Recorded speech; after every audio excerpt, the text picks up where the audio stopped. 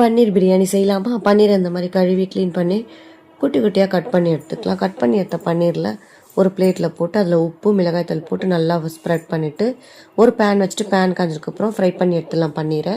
அதுக்கப்புறம் case on பண்ணி ஒரு குக்கர் வச்சுட்டு குக்கர் ரீஃபண்ட் ஆயில் நெய் ஊற்றி நல்லா காஞ்சதுக்கப்புறம் பட்டை லவங்கம் ஏலக்காய் பிரியாணி எல்லாம் போட்டு வதக்கிடலாம். அதுக்கப்புறம் சின்ன வெங்காயம் பெரிய வெங்காயம் உப்பு போட்டு வதக்கிட்டு முந்திரியும் போட்டு இதிலே வறுத்து எடுத்துகிட்டு கோல்டன் கலரில் வெங்காயம் வதங்கினதுக்கப்புறம் இஞ்சி பூண்டு பேஸ்ட்டு தக்காளி போட்டு வதக்கிட்டு பச்சை மிளகாய் புதினா கொத்தமல்லி தயிர் ஒரு ஸ்பூன் போட்டு வதக்கிட்டு அதுக்கப்புறம் கொதிக்க வச்ச தண்ணியை ஊற்ற போகிற இதில் மிளகாய்த்தூள் பிரியாணி மசாலா எல்லாத்தையும் நல்லா வதக்கிடலாம். பச்சை வடை போகிற அளவுக்கு வதக்கிட்டு தண்ணியை ஊற்றிட்டு கொதிச்சதுக்கப்புறம் பிரியாணி அரிசியை போட்டுட்டு எலுமிச்சை பழத்தை பிழிஞ்சிட்டு அதுக்கு மேலே பன்னீரை போட்டுட்டு அதுக்கப்புறம் குக்கரில் 2 விசில் விட்டுலாம். புதினா கொத்தமல்லி போட்டு சூப்பரான சுவையான நல்ல ஒரு ஹெல்த்தியான பன்னீர் பிரியாணி சூப்பராக ரெடி ஆகிடுச்சு.